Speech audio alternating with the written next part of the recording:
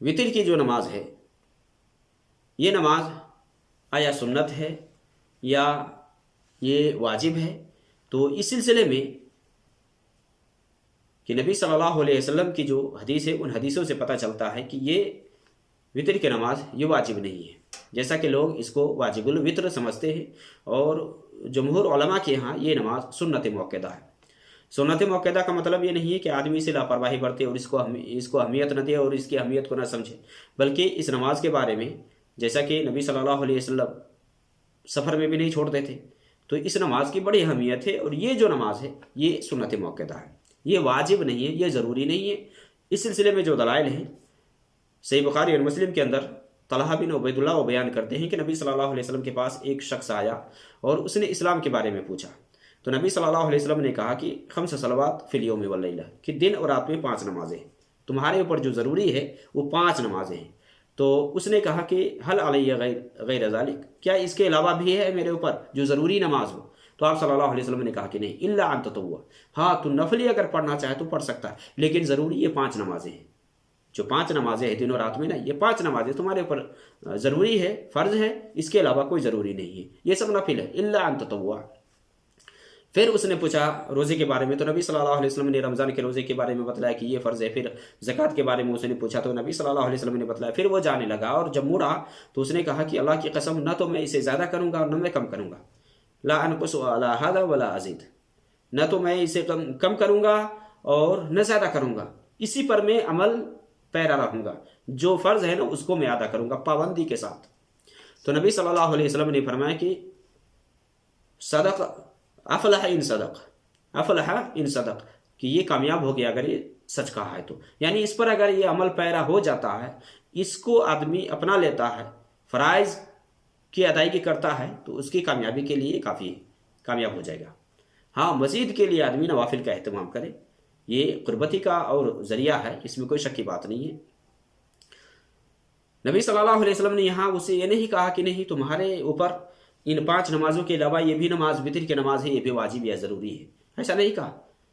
آپ نے کہا کہ 5 نمازیں۔ اسی طرح سے نبی صلی اللہ علیہ وسلم جب معاذ بن جبل رضی اللہ تعالیٰ عنہ کو یمن بھیج رہے تھے، صحیح بخاری مسلم کی حدیث ہے، تو نبی صلی اللہ علیہ وسلم چونکہ یہ آخری دور میں نبی صلی اللہ علیہ وسلم آخری عمر میں بھیج رہے تھے، اس لیے جب نبی صلی اللہ علیہ وسلم الوداع کرنے کے لیے جب گئے معاذ کو، تو اسے آپ صلی اللہ علیہ وسلم نے یہ فرمایا کہ ہو سکتا ہے کہ جب تم واپس آؤ تو میری ملاقات تم سے نہ ہو پائے اور تو میری قبر سے گزرو۔ تو وہاں معاذ رضی اللہ تعالی عنہ رونے بھی لگے تھے۔ تو نبی صلی اللہ علیہ وسلم جب معاذ کو یمن بھیج رہے تھے تو آپ صلی اللہ علیہ وسلم نے کہا کہ تو اہل کتاب کے پاس جا رہا ہے، تو سب سے پہلا کام کیا کرو گے وہاں پہنچ کر کے؟ اللہ کی طرف، اللہ کی وحدانیت کی طرف بلانا اور میری رسالت کی طرف،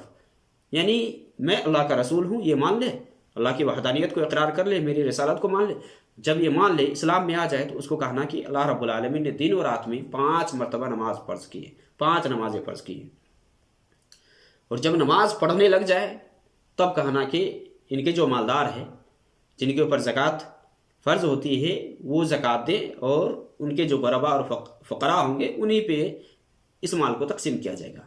نبی صلی اللہ علیہ وسلم نے یہاں معاذ سے نہیں کہا کہ ان کو بتانا کہ ان 5 نمازوں کے علاوہ بھی اور نماز فرض ہے، نہیں بتلایا۔ اسی طرح سے عبداللہ بن عمر رضی اللہ تعالیٰ عنہما کی صحیح بخاری مسلم کے اندر حدیث ہے کہ نبی صلی اللہ علیہ وسلم سفر میں بھی ہوتے تو آپ سفر میں جیسے سواری پہ آپ نفل نماز پڑھتے، نفل نماز سواری پہ جائز ہے۔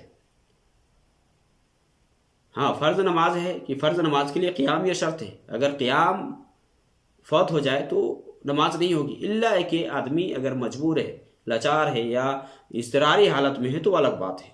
ورنہ قیام فرض نماز کے لیے یہ رکن ہے، رکن اگر فوت ہو جائے تو نماز نہیں ہوگی، جیسا کہ اللہ رب العالمین نے قرآن میں فرمایا قوموا للہ قانتین، بادب کھڑے ہو جاؤ اللہ کے سامنے۔ تو فرض نماز کے لیے، اور جیسا کہ صحیح بخاری کے اندر عمران بن حسین رضی اللہ تعالیٰ عنہ نے نبی صلی اللہ علیہ وسلم سے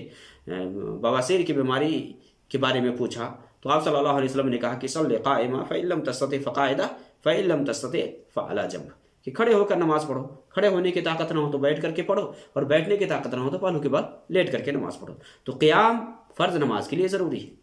عبداللہ بن عمر رضی اللہ تعالیٰ عنہما بیان فرماتے ہیں کہ نبی صلی اللہ علیہ وسلم سواری پر نفل نماز پڑھتے اور وطر بھی سواری پر پڑھتے،